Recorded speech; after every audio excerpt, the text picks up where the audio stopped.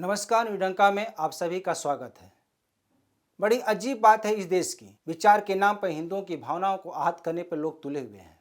लोग अपने विचार रखते हैं, लेकिन यह सोचते नहीं हैं कि इससे जुड़े लोग कैसे रिएक्ट करेंगे।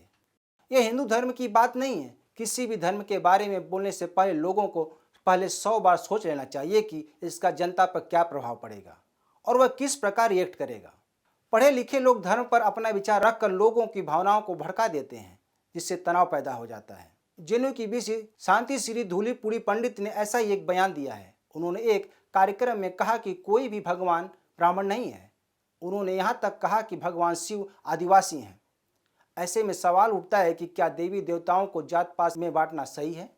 जेएनयू की बीसी को इस बात पर बोलने से इसके परिणाम पर 100 बार सोचना चाहिए कि उनके बयान का लोगों का क्या रिएक्शन होगा। क्या लोग भगवान शिव को जात पात के आधार पर पूजते हैं? भगवान ब्रह्मा और विष्णु को क्या लोग जात पात के आधार पर उनकी पूजा करते हैं? जेएनयू की बीसी का विचार कितना घटिया है, यह कहने की बात नहीं है। ये रही पहली बात। दूसरी बात यह है कि दिल्ली के उप मुख्यमंत्री मनीष सिसोदिया ने खुद को महाराणा प्रताप का वंशज बताया है। उन्होंने कहा कि वे राजपूत हैं, वे बीजेपी से नहीं डरेंगे।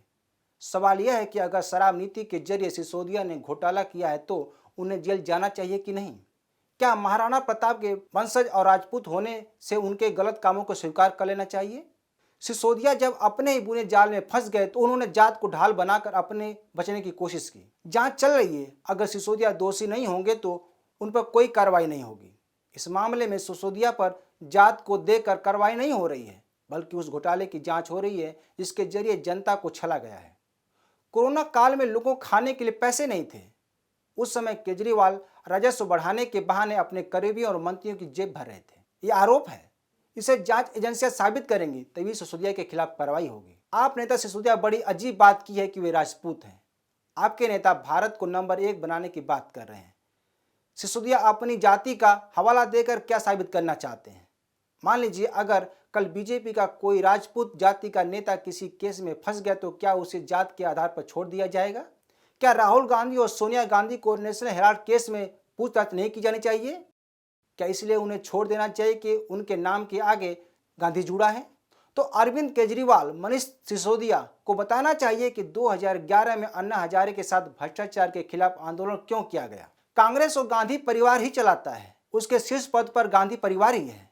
फिर क्यों भ्रष्टाचार के खिलाफ आंदोलन क्यों किया गया?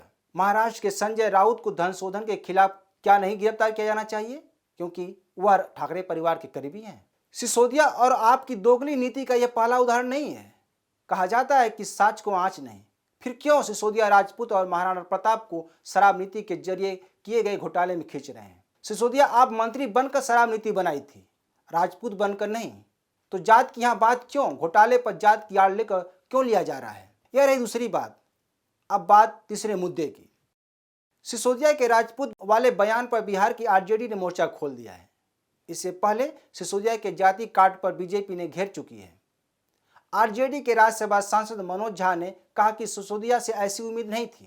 उन्होंने कहा कि आज देश आज़ादी के 75वां साल पूरा किया है, लेकिन आज हम फला के वंशज हैं, फला जाति के हैं। यह विचार लोकतांत्रिक नहीं है। उन्होंने कहा कि सिसोदिया का विचार संविधान के अनुरूप नहीं है। हालांकि इसके कई मायने निकाले जा रहे हैं, लेकिन आरजेडी का इस तरह का बयान राजनीतिक गलियारे में चर्चा का विषय बना हुआ है। हालांकि आरजेडी खुद जाति धर्म की आड़ लेकर राजनीति करती है, लेकिन कहा जा रहा है कि केजरीवाल के पीएम के सपने पर वह चोट है। बिहार में नीतीश कुमार के उभार और 2024 की तैयारी के तौर पर इसे देखा जा रहा है। वहीं सिसोदिया के बयान पर कई लोगों ने अपनी प्रतिक्रियाएं दी है। इसमें फिल्म निर्माता विवेक अग्निहोत्री भी अपना रिएक्शन दिए हैं। उन्होंने ट्वीट किया। उन्होंने लिखा कि यह कैसी जातिवादी तर्क है। यानी अगर जनाब मनीष सिसोदिया जो राजपूत नहीं होते तो झुक जाते, कट जाते। यानी दिल्ली में जो ब्राह्मण, यादव, गुज्जर, जाट, सिख इत्यादि रहते हैं वो सब झुकने वाले लोग हैं। मुस्लिम, ईसाई, दलित, क्या यह सब झुकने वाली कौम है? सिसोदिया के बयान पर सवाल उठाना लाजमी है कि घोटाले से जाति को जोड़ना क्या सही है? जो पार्टी घोटाले भ्रष्टाचार के खिलाफ कर जन्मी है वह खुद भ्रष्टाचार में फंसने पर जातिवाद का कार्ड खेल रही है। कुछ दिन पहले ही केजरीवाल ने भारत को नंबर 1 बनाने की बात कही थी। तो क्या आप जातिवाद व भारत को नंबर 1 बनाएगी? दोस्तों, आज के लिए बस इतना ही। यह वीडियो अच्छी लगे तो शेयर, लाइक और कमेंट जरूर करें।